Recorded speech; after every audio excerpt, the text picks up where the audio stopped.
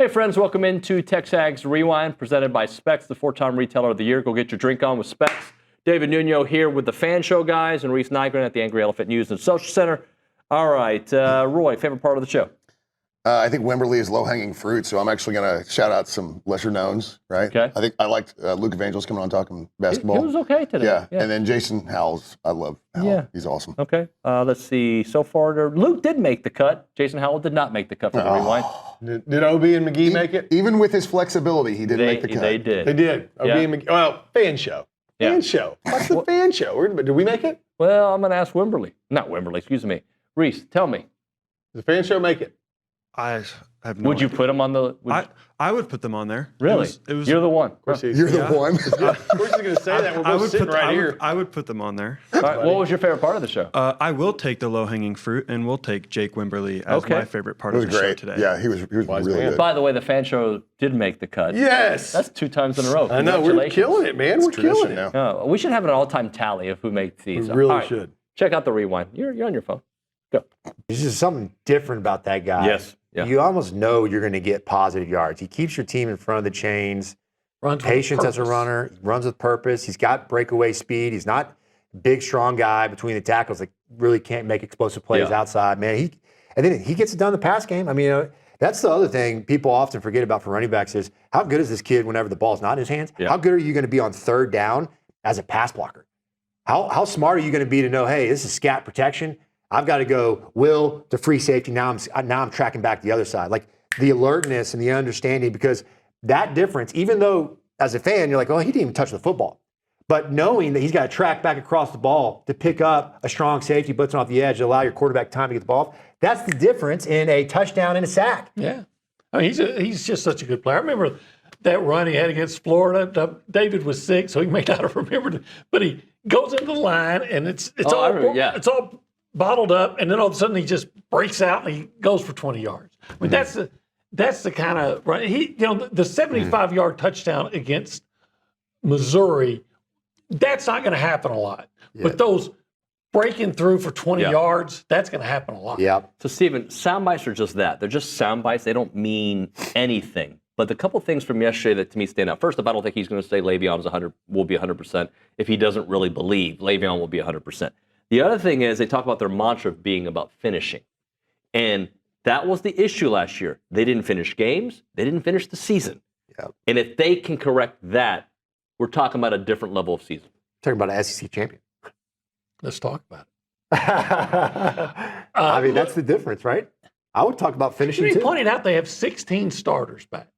And again, this was a team that going in November was the only unbeaten team in SEC play, and had dealt with a lot of injuries. Yep. And still, should have won. I know could have, should have, right. At least one more game, and it would have been. You show anybody anywhere else, you show me a team that had they beaten Auburn. Okay, I'm always gonna put that caveat. Was a 9-win team with 16 starters back, including the quarterback, and most people will say that's a top 10 team. So Texas A&M got them 10-2. What goes into their 10-2? And I'm just curious if you remember, what did you have them doing last year? Let's see. I can go back if you can give me. Let me see if I can find 2024's sheets real quickly. And let's look. 2024. And my latest, let me see. And I got to assume 24 is hard to do with a brand new coach, and that you also can't predict the quarterback shuffle that A&M went through. Yeah, quarterback shuffle there, and then also, obviously Elko had some numbers coming out of Duke. So when a coach changes like that, you really just have to, use those types of numbers. I had Texas A&M going 9-3 last year. And they should have. They should have. They should have. Absolutely. Yeah, I had them going 9-3 last year. And then you look at the Aggies, that stretch run, we all know there were conversation pieces where we said, hey, Texas and Texas A&M may be playing for the SEC championship. So, I had them going 9-3. But again, there's some one-possession ball games in there. I had them losing to Notre Dame early. Did not have Notre Dame losing to NIU. I don't know that anybody did. But, yeah, I was high on the Aggies last year.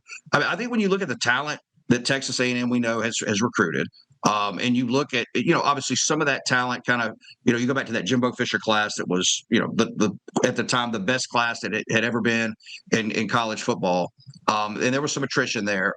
Outside of that, I mean, Texas A&M has always recruited dudes. I look at their talent metric inside, let me find it real quick, inside the conference. And, they're sitting there, 5, 6, 7. I mean, I think they're 8th on my list this year. But now, when you see these numbers, like Texas A&M's recruiting metric is 85.5, Texas is 92.6. To keep that into context, that's really only about 2 or 3 guys. I mean, it really is. It's 2 or 3 guys. It's when both teams get off the bus, if they swapped jerseys, you wouldn't know the difference in the way they look. So, talent metric, they're there. I think Elko is there. The coaching staff is there. Quarterback is going to be the big key. How good is Marcel Reed? 6'8", 230. Average 9.5 points. The guy can shoot the 3 from the 5 position. Yeah, he shot 39% from 3 on 2 attempts per game. So you don't need... That would lead A&M last year, right? Or pretty close? Yeah, that would have been like C.J. Wilcher. That's basically, imagine C.J. Wilcher, but he's 6'8", and he could probably go play tight end for Mike Elko. I don't know if C.J. Wilcher could do that. Bucky, I love the guys you're bringing. I don't know if you heard the first segment, because I compared it to like when I played video games and I'm just changing the roster all the time. I feel like he's got like...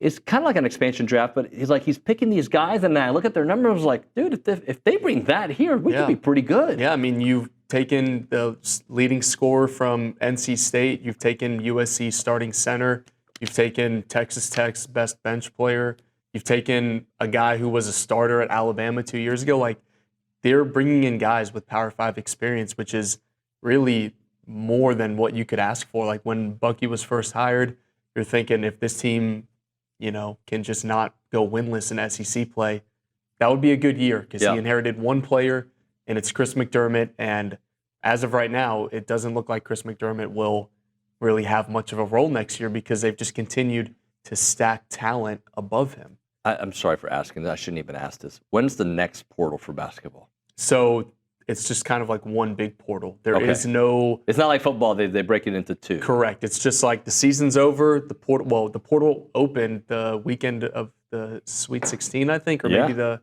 round of 32. One of those weekends, and it just goes until, you got to be enrolled in a school by fall time. But it's closed. You can't go in the portal now. No, you can't go in the portal, but like the portal itself, there is no rush. What I'm saying is, I don't think we shouldn't have that many more defections. Right. The only thing now could be like asking to be released from your NLI, like Duke Miles did after the. That's basically like a cheat code to kind of still be in the portal, but it's also like the team doesn't have to cooperate. Yeah, exactly. It's weird, but for all you really need to know is like the portal is closed, but there is no deadline to get these guys out of the portal. So you could see additions being made all the way up until August if necessary. I mean, that Missouri series is that just boggles the mind. That series is the albatross when you look at it, like hanging around our neck, right? Well, I'm sorry, the Texas series also. I don't care they're the number 1 team in the country. One's still. We were on fire going into that, and we can't win one game, and then to go into, Georgia. But look at it as a non-Aggie. Getting swept by Texas in Austin is not the worst thing on the planet, considering you didn't get your doors blown off. They're the number 1 team in the like. There are things from a metric standpoint that don't make that as bad. The Missouri is just really bad. So I think they have to, at a bare minimum, make the final game. And I think just making that game maybe gives them a tiny shred, but I think you got to win it. I think you got to win it. I think you have to win it, and because again, they're going to look back, and that losing 3 straight to Missouri, who hadn't won a single SEC game at home, is that's a kick in the I mean that they're not going to take that lightly. We have to go on a run here and win. I think we have to win. And what makes it difficult is they show this metric. I don't think anybody from 6 seed or lower has ever won the SEC tournament, because you run out of pitching. You just do. You're going to run out of pitching. And the other teams with double buys. And the other teams with double buys, and they're just waiting. And they're going to keep their guy on regular schedule. And you're going to burn through your arms, and so it's. In order for you to pull it off, you got to mash your way there. And this team, they can. They can. Without Sorrell. A little different without Caden Sorrell. But to lose Sorrell and Grahovic and not have either of those 2 guys in the lineup is a tough blow. But hey, like you said, 1 pitch at a time, 1 game at a time. Let's go. All right, let's move on to football. So yesterday, Coach Elko said Le'Veon. To me, the big story is Le'Veon will be 100% when the season starts. Yes. And I go back to last season, if he doesn't get hurt, right? Like that does the whole. But if this running back room is what I think they could be, and I have to see it because of the injuries, right? But I feel a lot better after hearing Elko yesterday. It's just words. Words don't mean anything, but I don't think he's saying it unless he feels very confident about it. Yeah, I mean, to have a two-headed monster with Ruben and Le'Veon, and making sure they're both back healthy. Obviously Ruben had his injury struggles last year. And what did he play?